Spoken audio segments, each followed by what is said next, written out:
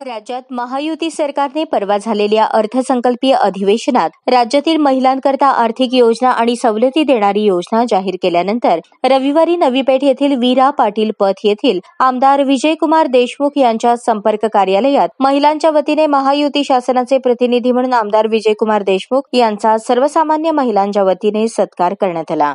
यावेळी महिला आघाडीच्या अध्यक्षा विजया वड्डेपल्ली, नगरसेविका कल्पना कारभारी, नगरसेविका ज्योती बमगोंडे, नगरसेविका वंदना गायकवाड, सभागृह नेते संजय कोळी, राजकुमार पाटील, किरण पवार आदींच्या प्रमुख उपस्थितीत सन्मान सोहळा पार पडला। यावेळी बोलताना आमदार विजयकुमार देशमुख म्हणाले, अर्थमंत्री अजित पवार यांनी अर्थसंकल्पामध्ये महिला भगिनींसाठी मोठ्या प्रमाणात योजना आणि सवलती जाहीर केल्या आहेत। यातील मुख्यमंत्री लाडकी बहीण योजना, अंगणवाडी सेविका, ग्रामपंचायत यासह ज्या यंत्रणांमार्फत ही योजना राबवण्यात येणार त्या यंत्रणांना भाजप पदाधिकाऱ्यांकडून सहकार्य करून या योजनेचा लाभ सर्व पात्र महिलांपर्यंत पोहोचवणार असल्याची प्रतिक्रिया व्यक्त केली।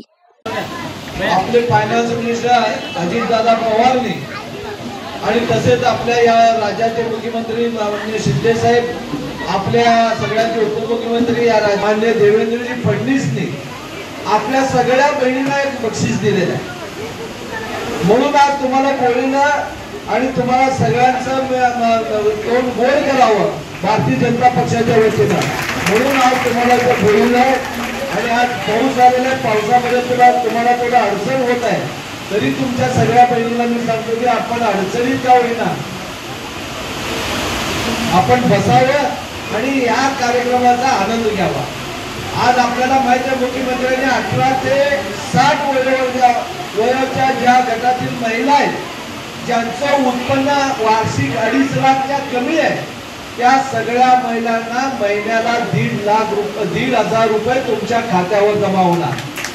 आणि खरंच आहे सर्वसाधारण गोरगरीब ज्यांचं जगात कष्टकरी लोक आहेत ज्यांचं उत्पन्न 2.5 लाखच्या आत या सगळ्या महिलांना आपल्याला माहिती आहे यापूर्वी महिला सन्मान योजनेमध्ये आपल्याला अर्ध एसटीचं तिकीट मोफत आहे।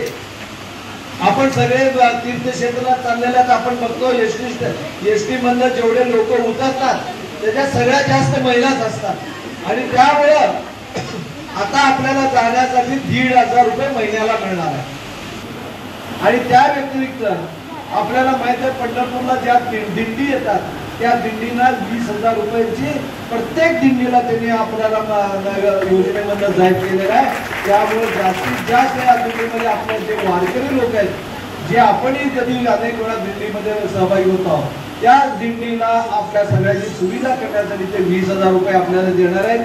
आणि महाविद्यालयाचं शिक्षण घेणाऱ्या मुलींना ज्यांच्या 8 लाख उत्पन्नापेक्षा कमी उत्पन्न आहे ज्यांच्या घरचं त्यांच्या उत्पन्न झालेला त्यांना शैक्षणिक शुल्क माफ आहे।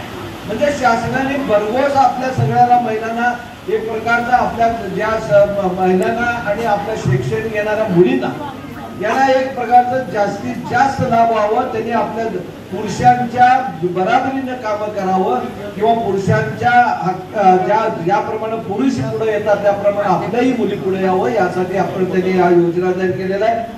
महिला असू द्या, शेतकरी असू द्या, सर्वसाधारण काम करणाऱ्या घरकाम गडी आपल्या महिला असू द्या, या सगळ्यांना या अर्थसंकल्पामध्ये फार मोठा दिलासा देण्यात आलेला आहे व आपण मोफत मध्ये देणार आहे। वर्षात 3 जास्त अशा अनेक योजना आपल्यासाठी आहे। म्हणून तुम्हाला सगळ्याला मी सांगतो आपण सगळे उत्तर मतदारसंघातले महिला आहेत। या वेळेला आपल्याला माहिती आहे लोकसभेमध्ये आपलं सीट पडलं, भारतीय जनता पक्षाचे सातपुते पडले, पण आम्हाला तुमच्या सगळ्यांबद्दल मला अभिमान आहे कारण तुम्ही सगळे ताई लोकांनी भारतीय जनता पक्षाला मतदान मिळवलं। या सोलापूर जिल्ह्यामध्ये कुठल्याही मतदारसंघामध्ये लीड मिळालं नाही, पण आपल्या मतदारसंघामध्ये 36,000चं लीड भारतीय जनता पक्षाला तुम्ही मिळवून दिलं। याबद्दल तुमचं सदस्य आभारी मानतो। आपलं आशीर्वाद आपलं सहकार्य ज्याप्रमाणे आजपर्यंत तुम्ही भारतीय जनता पक्षावर ठेवलं यापुढेही ठेवताल